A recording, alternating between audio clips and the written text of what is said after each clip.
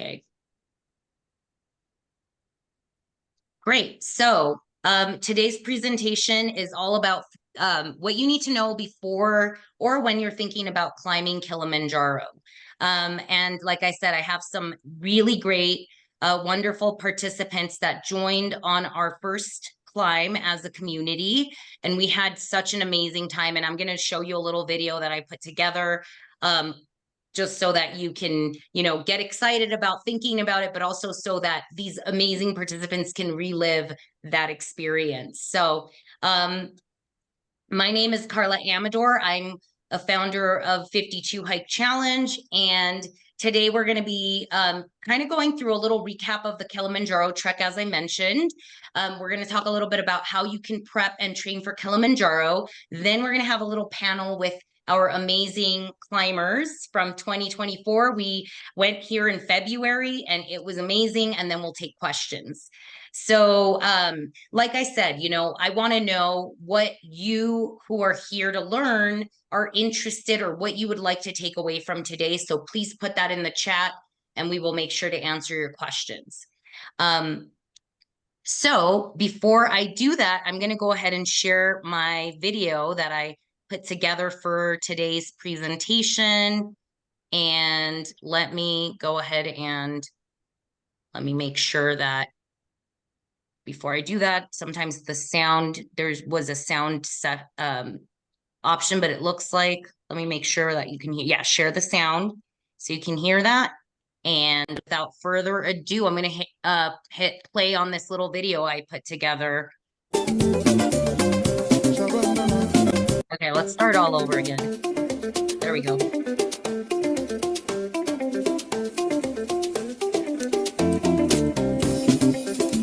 And I just want to make sure, I don't know, is it playing, Lindsay? Can you give me a thumbs up if that was playing okay? It did something strange here. Laggy.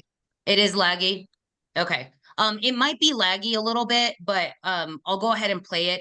It was more about, you guys went offline, so I just want to make sure you guys were able to see that.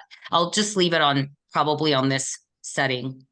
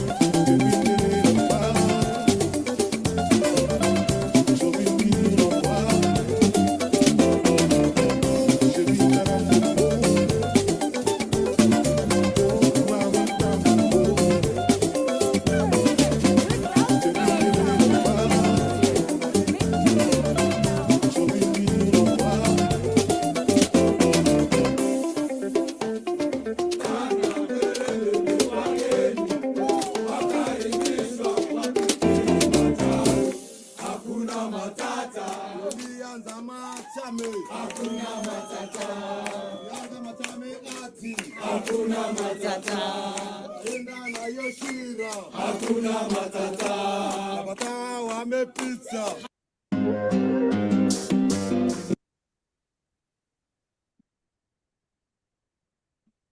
So I hope that came through okay. It was a little recap of what Kilimanjaro was like with this amazing community of other people who decided they wanted to do this adventure together. And, I'm going to let them speak for themselves, but I know for me, it was just one of the most incredible experiences of my life and so powerful being up at the summit. And we had such an interesting time just getting up there. So I'm going to go ahead and share my screen again and put my presentation on because I have lots of cool little things that I want to share with you here. And let me go ahead and okay, so this is kind of the team here. It was 14 of us who went together, and we had a team of 52 porters and guides. And it was unreal what these men do it was mainly men on the crew, but what they do for this to happen, it was unreal to see. So we were just so thankful to them for showing up and really making our time amazing. And I think that setting crazy audacious goals and then actually working towards it and seeing that all your hard work pay off is so powerful in our lives. And I was so thankful to share this with an incredible amount of people who you're going to meet in a little bit. And I'm proud to say that everyone did attempt the summit and 13 summited. One person chose to turn back, and I'm really thankful she did because it was really rough. We had a really rough summit day and even leading up to the summit. So let's go ahead and just talk a little bit about what you need to get started if you're really thinking about doing Kilimanjaro at some point. So, first thing is you want to basically set your goal, right? Like that is setting that intention is going to get you closer to that goal. So, for me, I had thought about, what do I want to do? I kind of was at this place in my life, like what's next, right? Like I've done 52 hikes. I did the Camino Portugues. I've done the JMT, and I was like Kilimanjaro. And I said, what if I bring the community along? Like, how special will that be? And I'm so glad these wonderful 14 people heard the call and came on the adventure. So setting your goal, and then obviously, it doesn't have to be Kilimanjaro, it could be anything else. This conversation can be about setting any other high point on your bucket list, and how to do that. But we're focusing on Kilimanjaro today. So once you commit and you're like, I want to do this, you've set your intention, there's this accountability piece. And that accountability is like committing, booking your flights, saying yes, putting down the deposits. And once you do that, then the real work starts, that's when you're going to start your physical fitness, your training, and your logistical planning. And so we were very thankful that we partnered with an adventure tripper who did a fantastic job of setting us up with the guides, and they took care of like the hotels prior to the trip, the hotels after the trip, because some of us went on safari, which that's a whole separate conversation we can talk about a little bit. But for the purpose of today, I just want to stick to mainly Kilimanjaro. So Adventure Tripper really provided us with like a training plan. They gave us like, frequently asked questions. They also provided us with, the gear we needed, all of that. So it was really nice because at 52 on our end, what we did was we basically gathered our group together, and we would try to get together once a month and talk about, hey, this is what a training program looks like. And yes, of course you have to train, because Kilimanjaro, while they did it in a really great way, where we did it, I believe, in 8 days, 7 nights,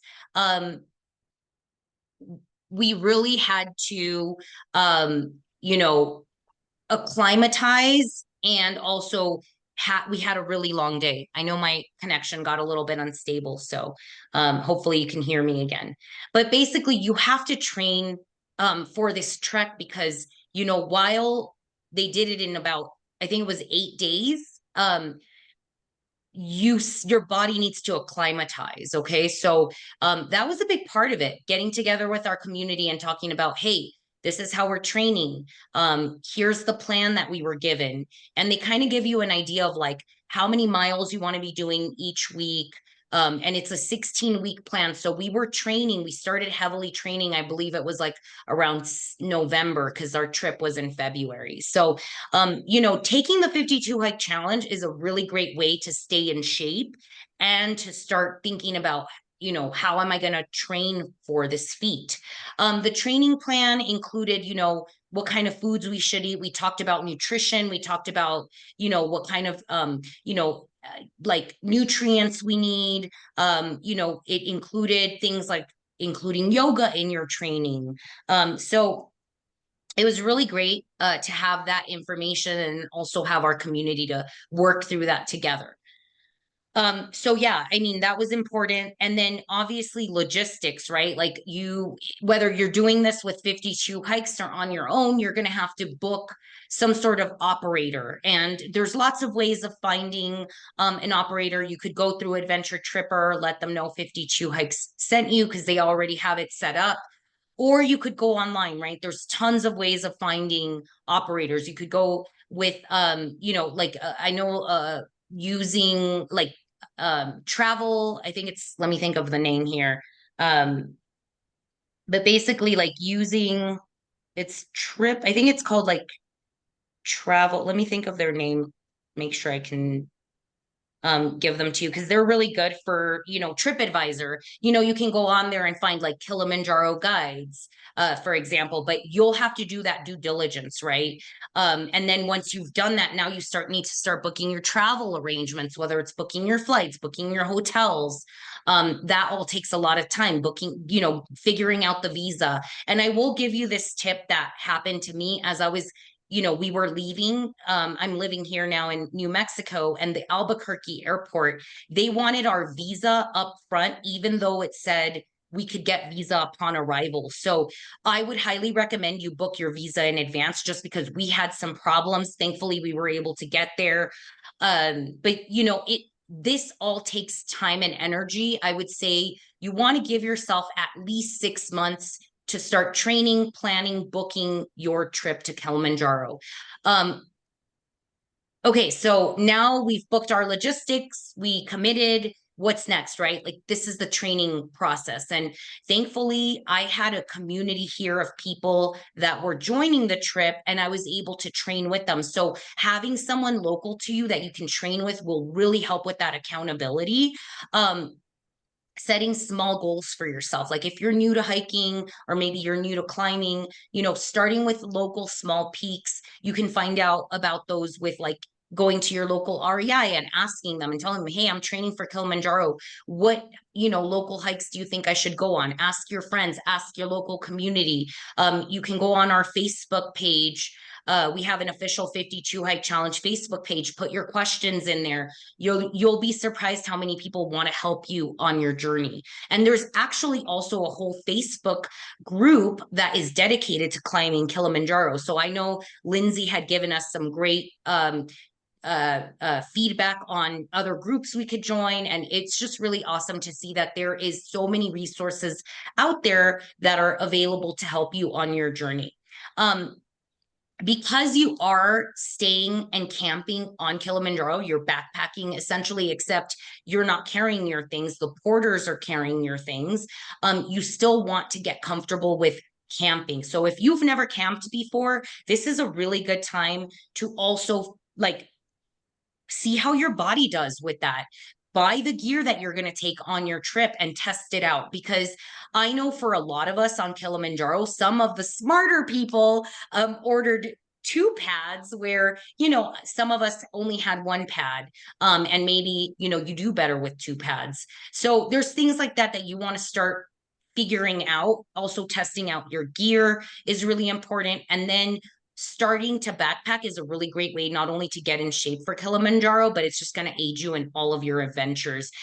Because regardless, it is you know, you're hiking long days and you're going up at altitude and elevation. So those are some training tricks and tips I wanted to give you. I also, you know, there's lots of training. So I was always training. You know, I had done the Camino de Santiago in September.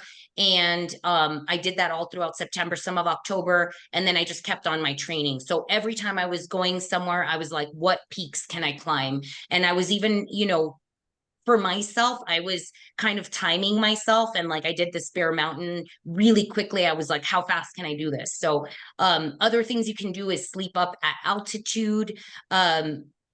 Because the last days you're on Kilimanjaro, you're really high up at the camps there, and it is really hard to sleep. So if you can make it out and sleep up at altitude, that will greatly help you. Also, it'll help you to see what kind of things you need for your body. We were very lucky to have some oxygen tablets that were given to us that we were able to use. And also, like, we tested and used one of the medications that you will potentially want to use when you're doing something like Kilimanjaro. So it's just a good way to see how your body does up at altitude. So just some tips on that. Obviously, mental preparation. This is what they said when we first got to Kilimanjaro. They were like, it's going to be all mental at the end of the day. If you've already trained, you're here. Now it's going to be all about your mindset. And I really tried my best to guide and support the whole team whenever they struggled. You know, things you can do to prepare ahead of time is, you know, meditate, learn how to breathe, because that's going to be big as you're getting closer to the summit. I remember there were points where all I could do was think, just breathe, just take a deep breath, because your air is a lot. There's a lack of air and oxygen as you go up in altitude. And so all I could think about was just taking those moments of pause. And meditating is a really great way to learn how to breathe and to just calm down, because, you know, it is going to be a challenge. Visualizing yourself at the summit, you know, I know that was huge for me. I knew that I may not make the summit. I always knew I have issues with altitude. So I really just tried focusing on like what it would feel like being up there and just having gratitude regardless of the outcome. So I always talk about, you know, before you go on such a trip, you know, just start visualizing yourself achieving your goal, affirming yourself as you're climbing and you're feeling that negative dialogue coming in, whether it's for Kilimanjaro or any mountain. You know, I can do this. I can do this one step at a time. And then learning how to manage that inner critic that is going to come up. And I'm sure someone today here is probably going to share about maybe some moments that they had where they were struggling. You know, I really do hope that, because we all struggle. You know, this is a really big deal. And then the last thing, you know, as you're climbing and preparing for something like this, is just stay focused on what's ahead of you. Don't worry about tomorrow. Don't worry. Just that one step in front of the other is really going to help you as you are preparing, training, and even on the mountain.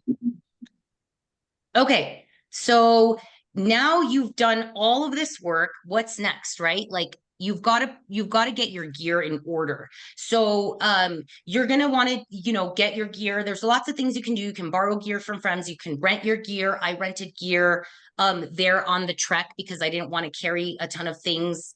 And you know, the gear is really going to be key. And I could talk about gear for hours, but I'm not going to do that today because I want to actually get to our panelists and have them share their experiences. But I want to say that you'll get a gear list. You know, it was interesting because everyone pretty much had gear failure.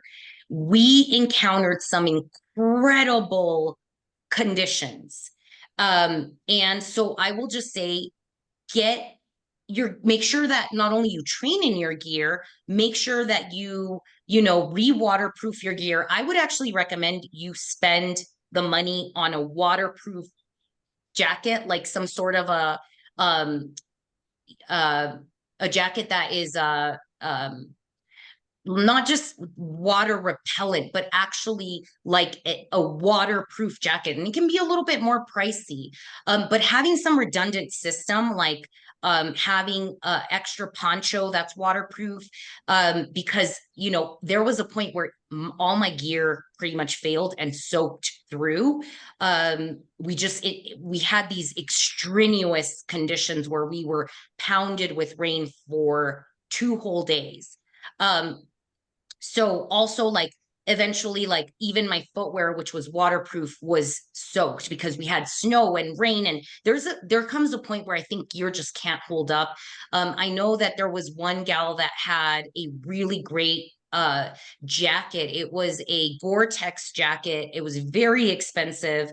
And it held up really well. So I want to say that, you know, take your gear seriously when it comes to doing a trek like Kilimanjaro, because the last thing you want is to not be able to summit because your gear failed. So just, you know, some notes to think about. And with that, I'm going to go ahead and move on to the next slide, which is, you know, I believe in taking classes, you know, all of this is going to aid you as you're getting outdoors and setting these big goals for yourself. You can take, you know, a wilderness first aid course, rock climbing classes. There's a snow travel class that shows you how to travel in snow, how to hike in snow, that shows you how to use ice axe crampons. We ended up having snow on summit day, and on the way down, I know that some, you know, I saw many people struggling on how to come down the mountain. And so just understanding that is really, really helpful. So you can look at these classes on rei.com. You know, there's map and compass, always being aware of, you know, even though you're guided, it's always good to still have some way of tracking yourself on the mountain and knowing how to navigate, because you just never know what can happen out there. And for anyone in California, there is a great course, the Wilderness Travel course by the Sierra Club, that I highly recommend. It just really gets you in preparation and teaches you a ton about, like, you know, snow travel. It teaches you how to navigate. It teaches you how to camp. So you kind of get your stuff in order beforehand. Another really important thing is friends and mentors along the way. So again, finding people who have done it before you, asking for advice, you know, going on hikes with your friends, training with your friends. It's just such a great way to not only build those relationships, but also just to help you as you are training. So don't be afraid to ask for help. Don't be afraid to, you know, ask someone who's done it before you, like, hey, what are your tips? You know, can you give me your feedback? So, like I said, I'm very thankful that we have some participants here that will give their tips as well. You can find local hiking groups on our website. We also have a ton of chapters all around the US.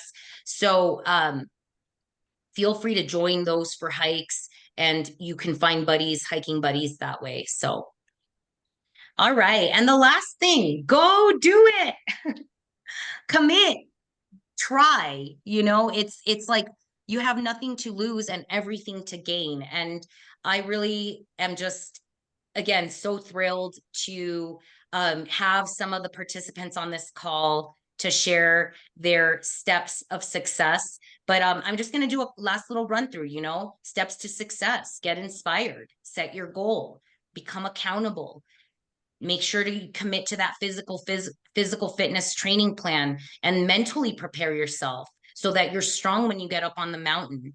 Gather your gear, get educated, of course, surround yourself with support, guidance, make new friends, and go do it, you know. Without further ado, I'm going to go ahead and stop my presentation, and I'm going to jump on here and call up a couple of these amazing people to share their experiences with you and kind of their own little tips and tricks.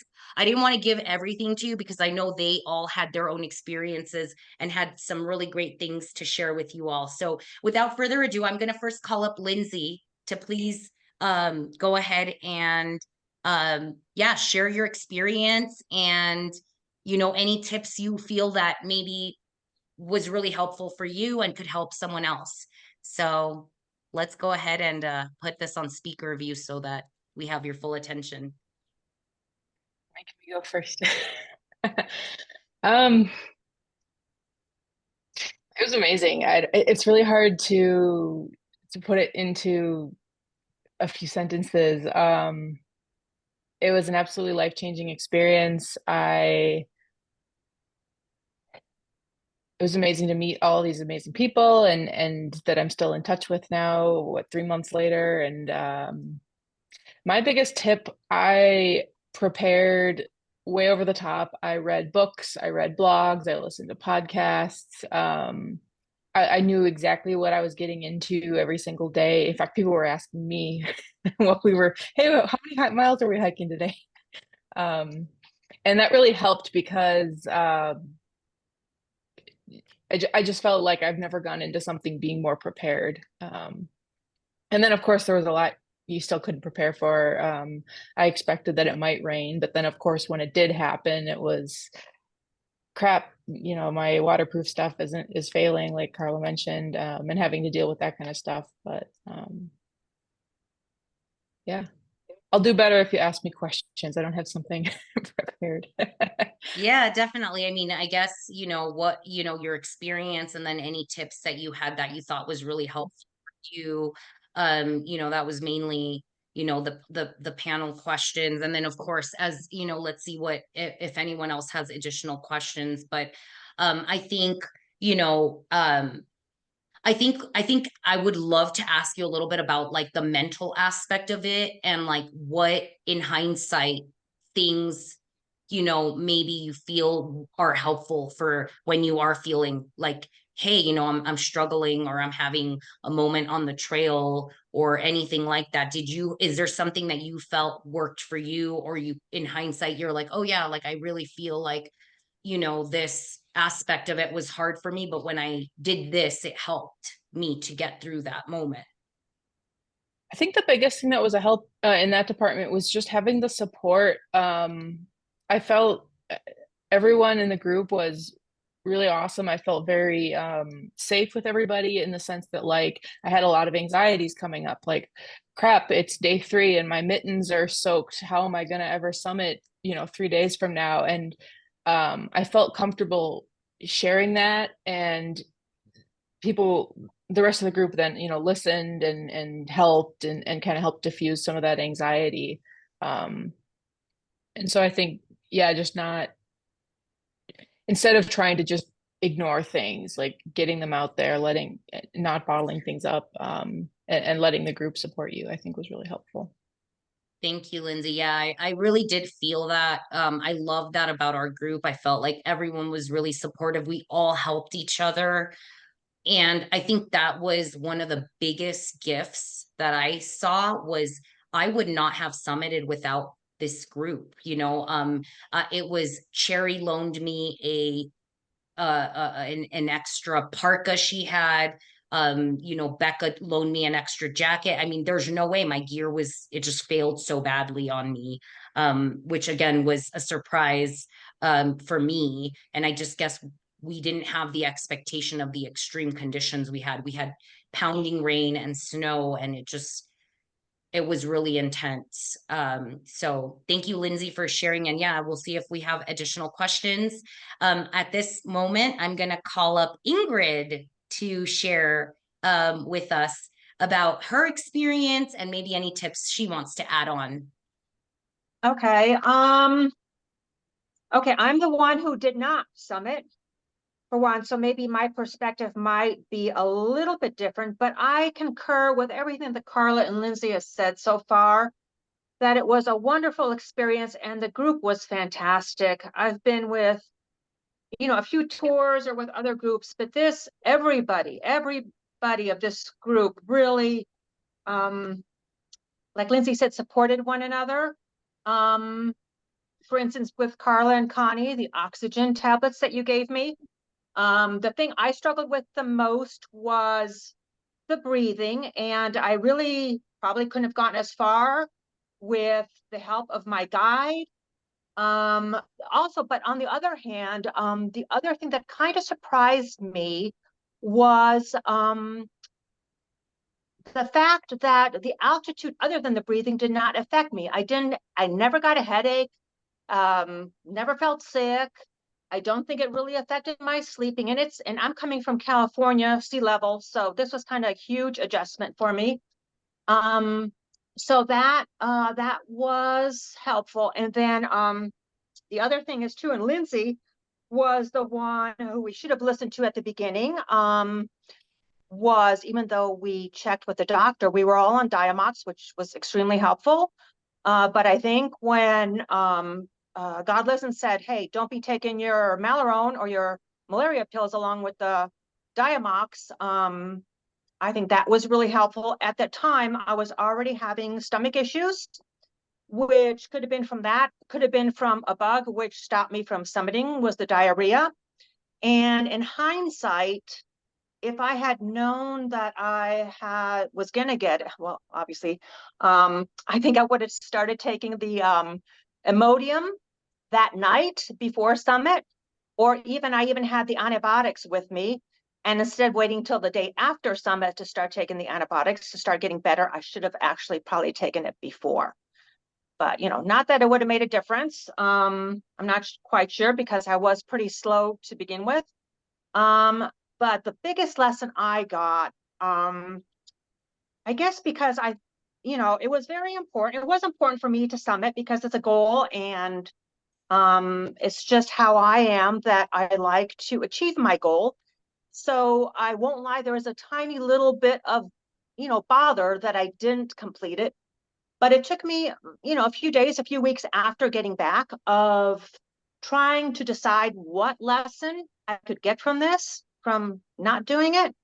And I think my biggest lesson was my type of personality is that everything has to be perfect, and this whole fear of failure. So I procrastinate. I don't do things. I've got a to-do list that's probably 20 years long. But once I didn't summit and I failed, so to speak, it almost kind of freed me up to go ahead and do the things that I was afraid to do because I was afraid of not achieving them. So it was it was a good thing all around. So anyway, I had a wonderful time. Great, great, great bunch of people, and the tour guide, everything. So those were probably my biggest tips, is to enjoy it. I think we had a lot of fun, even with the bad weather. and that's pretty much, I think that's about it as far as my Ingrid, tips. thank you for being vulnerable. And honestly, like, you did get up and tried your summit. And honestly, I was summit day. I was like, I was glad you chose to turn around. And in my mind, I was like, you did it. You did it. And I am being very honest. I did not know if I was going to make it myself. And I didn't care. I was so happy to be there. And I got very sick on the way down. I got post altitude sickness, and I felt so horrible, and I actually even got injured on the way down.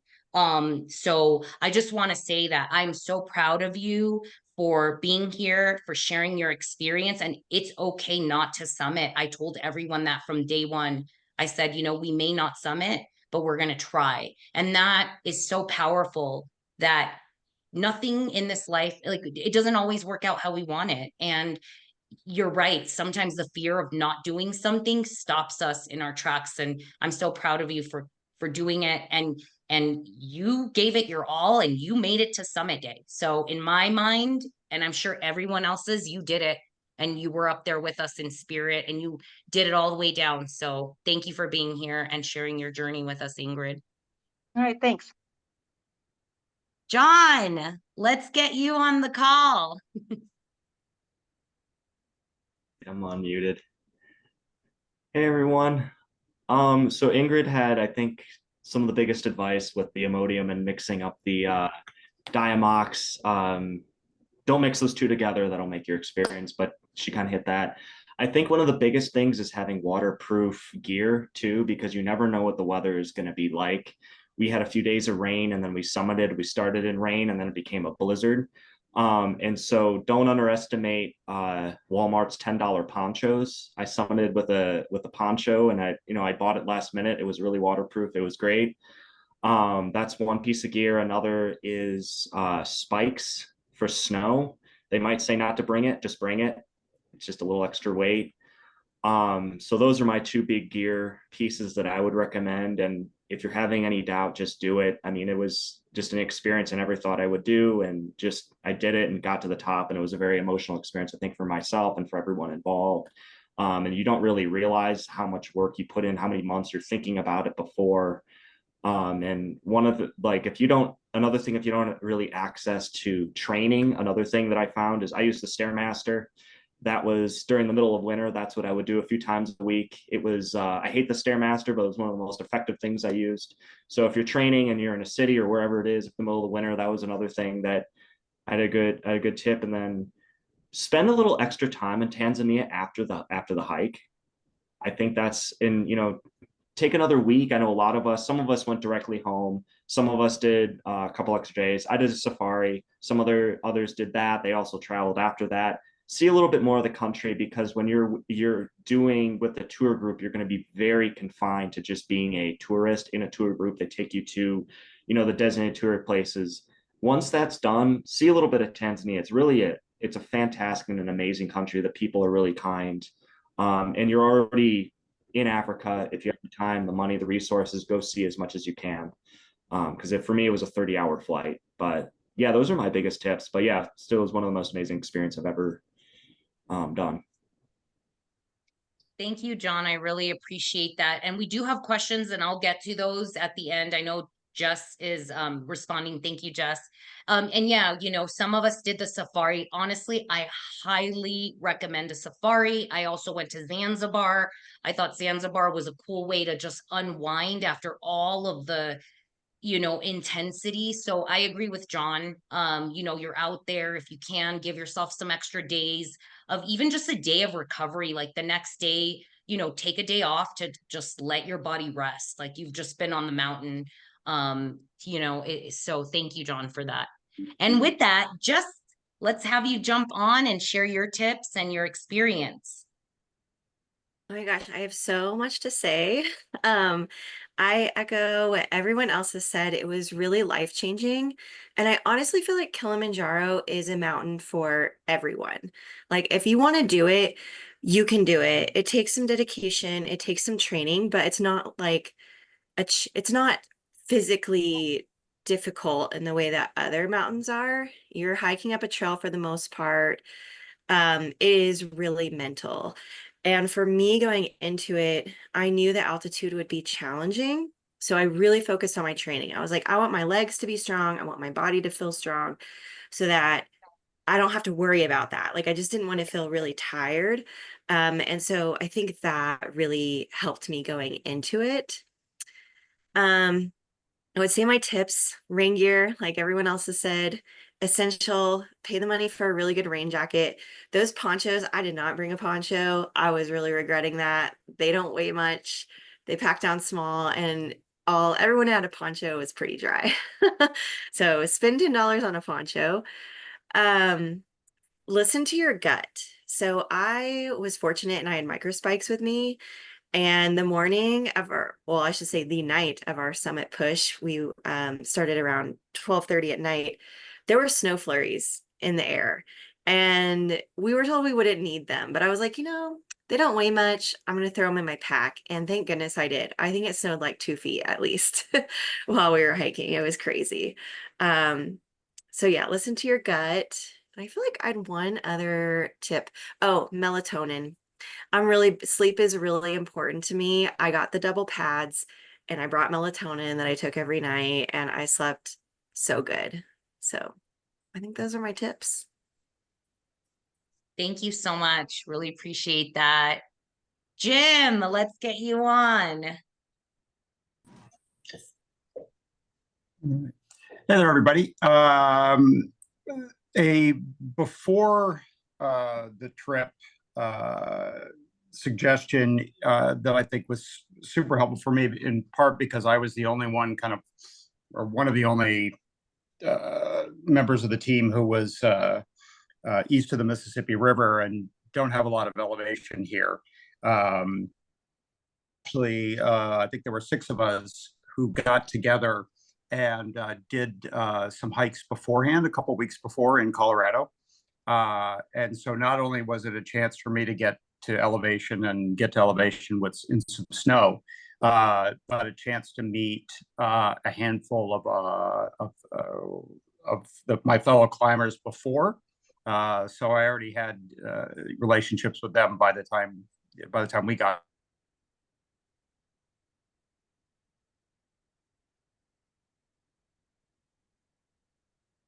Just needing to be humble.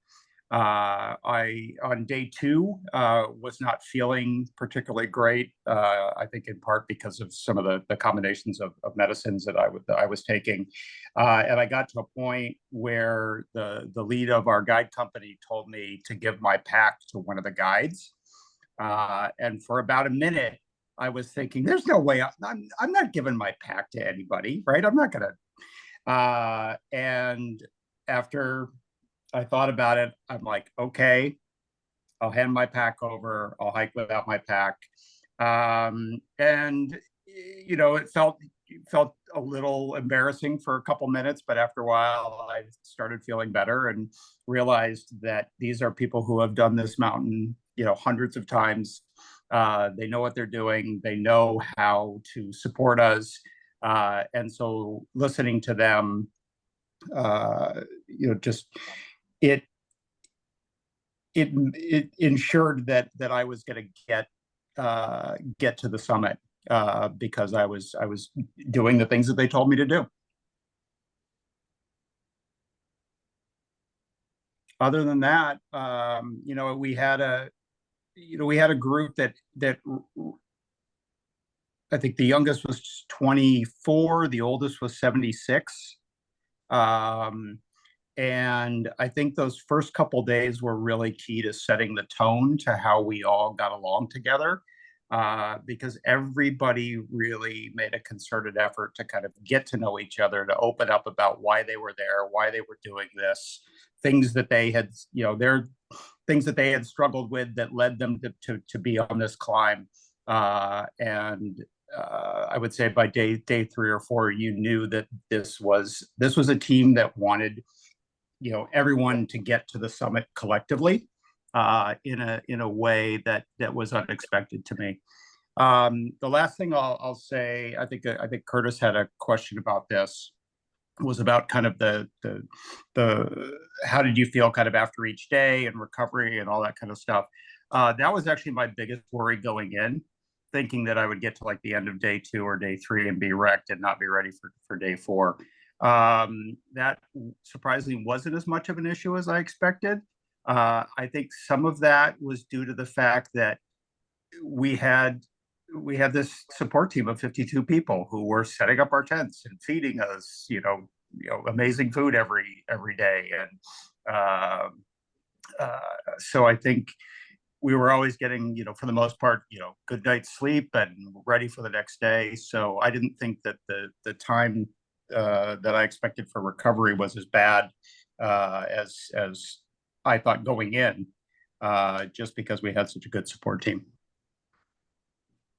Thank you, Jim. I really appreciate your feedback and all of the information that you provided. And I think that is a great tip, is to, listen to the guides, talk to them. Don't be afraid to let them know what's happening for you, because they usually will have a solution. So wonderful. Appreciate that. And I think the last but not least, Lori from our group is here. Would you jump on and share a little bit about your Can journey, you read Lori? that? Oops, if I go out of it, you might not be able to read, and maybe it's I back. love it. Pole pole. Yeah.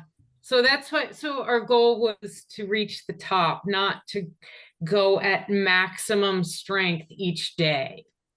So just, the idea of a marathon rather than a sprint. So they would, and I think the singing and all of that from our guides inspired us every day. And I was thinking when you asked for tips, all my tips I think have been gone. I was saying the two things I bought like right at the last minute before I left, I went to Walmart and got Imodium. I'd never used it. I didn't even know what it was for, but it was on the list. And and that probably saved me. And then the poncho. So I have a really good outdoor research. It's protected me in blizzards on the top of 14,000-foot mountains, but up against rain, it wasn't enough. And so putting the poncho on top of that. The other one that I did have is I had a second pair of mittens that I saved for that summit night. So just keeping in mind, what am I going to keep dry? Oh, the other one I don't think anyone's mentioned is the dry bags. I didn't have, I think maybe I had one. So your duffel bag could totally soak through, but if if you had dry bags with your clothing in it, because it's not just the clothing you're wearing, it's the clothing that's being carried by the porters. And if your sleeping bag is wet, and the other thing is don't panic if it's wet. It's not the end of the world. Something gets wet. Things eventually did dry. And reassuring that it was going to be okay. But having if we didn't have mittens and hats, and you said something, Carla, at the beginning of having redundancy. And so I think having the poncho in addition to the jacket, having a second pair of mittens that although my gloves got wet, I was saving them. And I think, was it Sean or Lindsay that was saying they had trouble coming up with words to explain it. I know that before it was this long 30-hour flight coming back. And I was thinking, you know what? I don't really want to talk to anyone about this because I don't know how to say it. It was almost going to diminish what was, because I couldn't express it to them. So it took me actually a week or so before I felt like I could like take adjectives and put them together and say, you're just gonna have to piece this together somehow, because without being a part of it, it's hard to express. So yeah, it was not the top of my bucket list, but so what I would say is sometimes in life, something presents itself and at first it's an idea and then you think through it and then you look at, well, could I make that work? And then all of a sudden you're on the adventure of a lifetime, even though you didn't have it at the top of your list.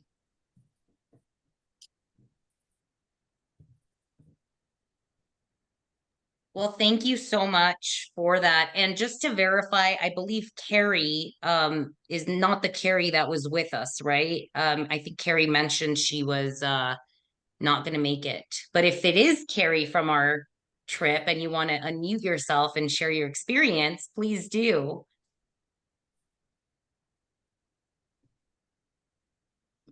I'm guessing it's not our Carrie, but I do want to answer these questions that are on the chat. Because there are people that are going to watch this on the recording and I'm going to put it on YouTube. So someone asked, Curtis asked about recovering from day to day. Was it difficult? And I saw that Jess, responded. It was, the pace was slow and most days we had recovery time, and then, her thought was that mental recovery each day was the most challenging potentially. So, yes, we all had time to rest. The porters really made our lives easy. As Jim said, they had our food prepared. They set up our tents. Everything was great. So, mainly, some of us, electrolytes was really important for like replenishing your own salts. And, I know some people had Advil and things of that sort. So bringing that is important. Definitely, like they said, not mixing the medications, and you can talk to your guide more about that and what we're talking about. I think the Diamox really made it challenging for me. Actually, I had like even post Diamox issues that I realize now. It really made my body tingle. It was very strange, but I knew I had to take it because I didn't want to potentially not reach the summit due to the fact that I get very sick. So on the last day, the summit day is really challenging because that day you get up at like it's a weird schedule. Like you get up the day before, you hike for a little bit, you get to your camp, and then you're kind of like napping and you start summit at like 12. We didn't get to our summit till about like what was it, like 8 or 9, I think. And yeah, and then you have to come down, you take like a break and you eat lunch, and then you have to make it all the way down to your next camp. That was probably the longest 48 hours of my life. Like it was intense. And, and then I was sick. So I was extremely sick. I actually wanted to just stay and sleep where we were, like our summit day camp, but we couldn't do that.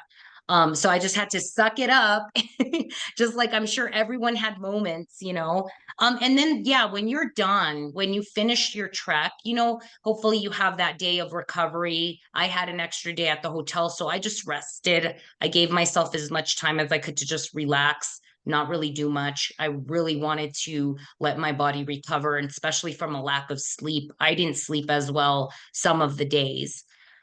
And then someone asked when we went. We did go at the end of February. I think we started on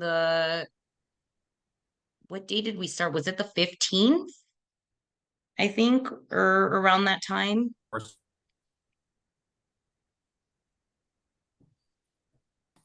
Okay, looks like my connection is coming back on. So yeah, we did I don't have the dates right in front of me, but it was the end of February. It was still climbing. I think we started on the 23rd. 23rd. 22nd or Okay. 23rd. We Thank summited you. on the 28th. Yeah. Okay. Yeah, thank you for that. And then yeah, the hike down is rough, you're going down really quickly. Like I said, I got injured. I actually ended up with a really bad ankle sprain. And I didn't notice it until I was down, and then I was like had to recover for like almost 3 weeks. And it did recover, but I think it was just it's so rocky on the way down, and I'm sure the other participants can agree, like it was pretty rocky and slippery, and it was raining. So yeah, we also used GM. We did put it here in the chat, GM Expeditions for both the safari and the actual climb via Adventure Tripper. So let's see what else. What other questions? Did we use any other muscles on the way down? I mean, some of the things you can do, Curtis, is, if you're thinking about doing something like this, is trekking poles. Trekking poles are my best friend, especially on the way down. We were all exhausted. I know that summit day it was brutal. I mean, it was brutal. So having those trekking poles is really helpful for traction, but also for extra support. So definitely, if you don't bring them, you can usually rent them through your guiding company.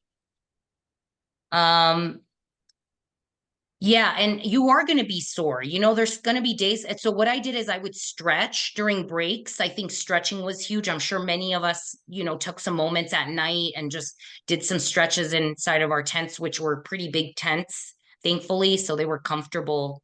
And Janae wanted to know how many days. I believe we did this. Was it 8 days, y'all? 8 days, 9? It was 7 days. We got to the top on day 6, and then we started coming down, and then day 7, we made it all the way down. Thank you. And what training plan? It depends on the route. The route that we did was 7 days. I think there is a route that is 8 days. Yeah, correct. There are different routes. We did the Masheme route. And what training plan did we use? Like I said, I mean, Adventure Tripper provided that for us. So when it comes, actually, I believe, a whole, like, I think I've done like a talk on, getting ready to prep to climb, but really, you want to start off like taking the 52 hikes prior is a great way, and setting those mini goals. Like I'm going to do a 3-mile hike, and then I'm going to do a 5-mile hike, and, don't push yourself and overexert yourself. That's how you get injured. You want to do it little by little. So, you also increase your elevation gain, accordingly, but you definitely want to give yourself 16 weeks. So I would just go online and look up like Kilimanjaro 16-week training plan. And like I said, don't go from extremes. Like if you've never hiked before, don't go for an 8-mile, 2,000 foot of elevation gain hike right off the bat. You want to work your way up towards that. So setting those mini goals, like, hey, my first goal is I'm gonna do a 5-mile, 1,000 foot of elevation gain hike. And then, you work that out within like a couple weeks, like maybe you give yourself 5 weeks or so. And then now you did that hike. Now you push yourself 8 miles, maybe 1,500 feet of elevation gain, again, using that same like little by little. So really be mindful of injuries as well. One tip that I didn't mention, and I'm sure we all have tips for days, and it's almost time for our call. So I want to say here in New Mexico, it was snow time and I was skiing. And I actually had a pretty bad fall, like maybe, I don't know, maybe like a month prior to the trek. And my hip was really hurting. And I was like, I shouldn't do anything like this. When you have a goal, you've committed to something like this, just be mindful of what you're doing before. You don't want to get injured, right? Like you've just committed to this big goal. So being mindful of that, I didn't think about that until after the fact. So that's another tip. Um, Let's see. Swan wants to know, we're flying in the night before the hike. Should we change flights to arrive a day early? I think it's a good idea because of travel delays, potential issues. Like I said, we ran into something where I was concerned, like, am I going to be able to make it? The flight company that we used, or the flight yeah, I mean, they were being super strict. And even though it said, no, you can get your visa upon arrival. So just in case of issues, I would try to give yourself a day. And it also gave us the opportunity to meet our group and crew. And, we went for a little day tour. So it was nice. So I do recommend you give yourself a day. Just, you never know what can happen along the route there. You could have travel delays, etc. Most people and everyone who came also said that, and they talk about jet lag as well. So yes, and one of the big ones, like everyone was saying, bring those micro spikes, rent them as well if you can, just carry them. Does 52 Hikes plan to do another group trip next year, from Aaron? Yeah, actually, not to Kilimanjaro. Before this call is over, we're launching a Patagonia trip. We're doing it February of 2025. I will share that in a few here. And then, yeah, I love what John talked. I wanted to talk about food. They fed us so much food. Like, I think the only thing you need to bring is your own little snacks and stuff, and bring your electrolytes. But there was so much food. I don't think food is going to be an issue. There were days where I was like, no more food, please. Especially Okay, because and then you lose your appetite some at altitude too. yeah, you still have to eat, Oh yeah. I think we covered all questions. Please put anything else in there. I'm just going to go ahead and just finish sharing this last little slide here that I have, and then let you all have your evening. And so we have a trip coming up February 15th, 2025. We are doing the Patagonia, either the W or O trek. It really depends on how many people sign up, or we might have both trips going at once. So either way, I will give you the link for that. I know we went through questions and we played the video. I will put the link for that here in the chat just in case. Either way, I will be doing I will be hosting a follow-up email here, and I'll put all this information on there. But in the meantime, you can learn more about the trips here that we're doing. And yeah, we will do Kilimanjaro again at some point. So if you're interested, feel free to shoot me a message and I'll put you on a list. for future, trips and such. I do think Kilimanjaro is something we will want to offer again. It was just so powerful and so special. And, Jim has, even suggested that he might be someone to guide or help co-guide that. So, you'll be going with a great team of people here in a community, built-in community. And I just can't say enough words. Thank you to the panel who came on and gave up your some of your evening. I know that this will be watched by many people after the fact. So thank you so much. And thank you for all that came on the call live. And if you have any other notes, this is the time to share. Otherwise, I'm going to let you all get your rest and have a beautiful evening.